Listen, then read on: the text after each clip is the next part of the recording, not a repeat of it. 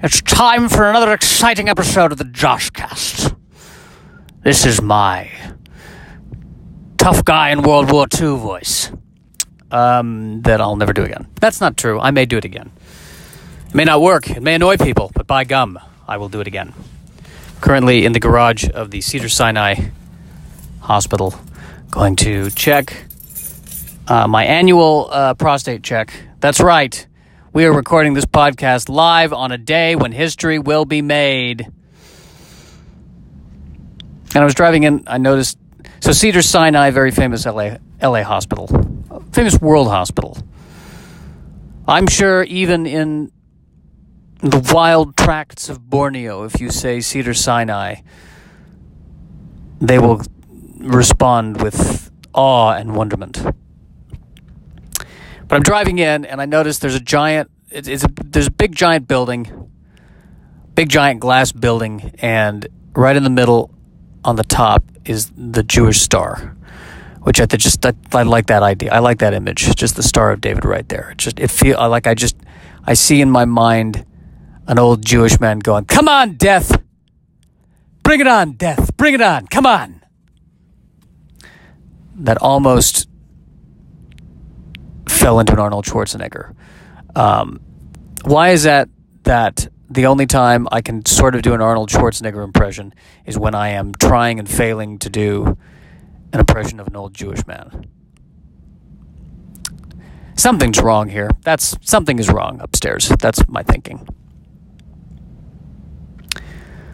As I was driving in, I saw a bus ad, and it was for a book. And underneath it, they had a little quote from one of the reviews of the book, and the book was described as a perfect thriller, which inspired me to begin to write an imperfect thriller. That's how I want to leave my mark on the literary world, where there's a scene where somebody's saying, I think that someone's trying to kill me, and I've got to figure out who it is. Excuse me.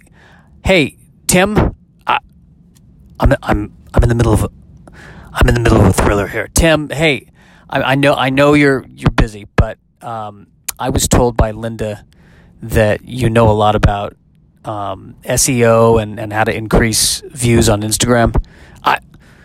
Someone tried to kill me this morning. Yeah, I know, I get that. But listen, let me show you. So I'm doing these videos on Instagram, see? And normally I'm averaging about 50 views. But this particular video, it looks like I averaged over 200 views. And I don't think I did anything different. I mean, I'm using basically all the same hashtags. Any idea why that one performed a little bit better? I mean, is it the time of day? Is it, someone is trying to kill me? And I've got to figure out who it is. I think it might be the Ukrainians. I know that you're under a lot of stress. I really do. But this, I'm trying to build a following so that I can start to sell tickets and become a professional comedian. Because right now I'm really not a professional comedian. I'm more of a, I've been doing, I've been getting up and doing open mics for years and doing shows. But I don't consider myself a professional comedian unless I'm getting paid to do it. And that's a weird thing. People tell me that I should, if I believe I'm a comedian, if I say I'm a comedian, then I'm a comedian. But it feels like a lie whenever I do that. So I'm trying to build a following so I can become a successful comedian. And if I could just get a minute of your time, that would be great. Imperfect thriller. There you go. Now I was listening to the radio on the way here, and they were talking about a new documentary about Dr. Ruth, famous sex therapist. And what was mentioned in this documentary about her life, which I never knew this, was that before Dr. Ruth was a sex therapist, she was a sniper for the Israeli army. And I can't help but wonder if the sex therapy came into play quite by accident while she was working as a sniper. If at one point she's looking through her sniper scope, she's got to assassinate a guy, I don't know why, but I feel like his name would be Menendez. And he's in his apartment, and he's making love to his girlfriend. And she's looking through the sniper scope, and she's thinking, man, he has no idea what he's doing. And she is clearly faking it. At this point, I think it would be a mercy killing for both of them. This is horrible. How does he think that? How does he think she's going to like that? What is he doing? I think if I killed him right now, if I shot him dead right now, the experience would be much better for her. This isn't an assassination. I'm saving lives here.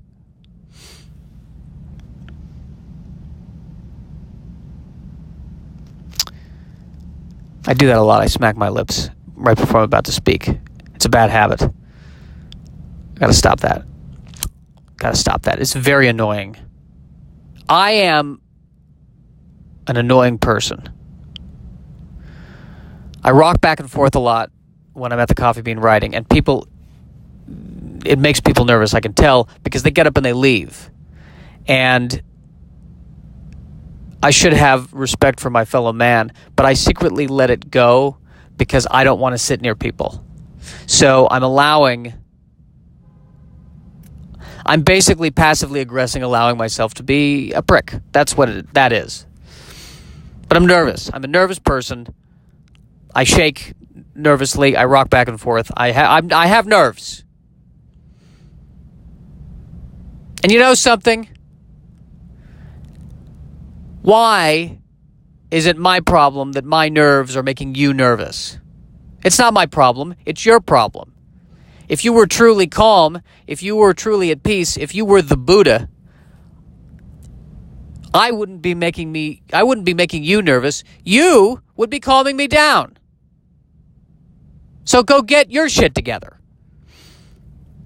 I'm just a reminder. My nervousness is a reminder to you that you're nervous. And if you're not nervous, you should be.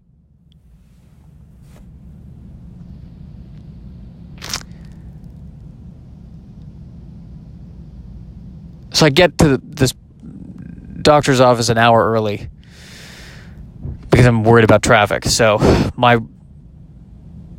if I live too far away from anything in Los Angeles, because of my fear of being late, I end up being early. And so a doctor's appointment is now an all-day thing. It's a process.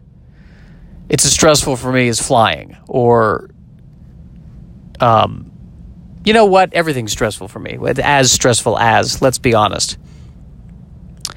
So I get here an hour early, and my thought is I'm going to do writing. I'm going to write the great next American novel, and I will start to write, and it's just going to be variations on me being sad. That's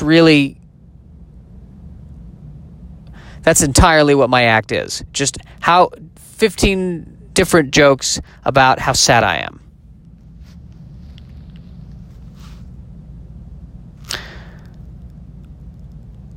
I remember once there was a woman, I go to the Coffee Bean that's right across the street from Cedars-Sinai. Come on, Death, come on. Bring it on, Death. Bring it on. Gewalt. I go to the Coffee Bean across the street. I remember one time there was this woman sitting near another woman, and the one woman was complaining to the other woman, hey, you stop smoking. Now, this Coffee Bean is right next to La Cienega Boulevard. And if you're not familiar with La Cienega Boulevard, it is one of the busiest streets in Los Angeles, with cars constantly driving by on a daily basis, emitting toxins that would kill a small sheep. And this woman is concerned about the smoking 5 feet away. And that's the insanity we live in. Conversely, I can see the woman's problem. Because when someone's smoking 5 feet away from you, it's like a concentrated burst of smoke, as opposed to the cars, which give out fumes, but it's more diffused. So I think as long as we're slowly being killed and it's not noticeable, that's fine. But when it's in concentrated bursts and it becomes annoying, then it's a health risk. I just love the points I'm making. And as I was driving, I started just talking like this guy. Hello, I'm Carmichael Carson IV. How are you? Hello, Linda. I know that your name's not Linda, and I don't care. I'm Carmichael Carson IV. Names don't matter. What matters is the soul. And even though I may not know your name, I know your soul. And your soul is telling me one thing. You should be driving a Chevy Lumina. Because you see, I, Carmichael Carson IV, design cars. And it's purely a coincidence that I design cars and my name is Carmichael. Purely a coincidence. Unless it isn't a coincidence, it could well be that upon hearing my name when I was very young, I became inspired by the automobile. Or, in layman's terms, the car. I believe that all cars are beautiful. All of them. People will make fun of cars. And those people are sad, I tell you. They're taking their own sadness out upon an innocent sport utility vehicle. All cars are beautiful. My personal favorite, the aforementioned Chevy Lumina. And how dare you call it the Lumina? It is the Lumina. An elegance and a thriftiness wrapped into one exotic bow. And when I say exotic, I'm not being sarcastic. It is exotic. The Chevy Lumina is as exotic as the beautiful wild flower growing in between the cracks of concrete in an abandoned Detroit lot. My God.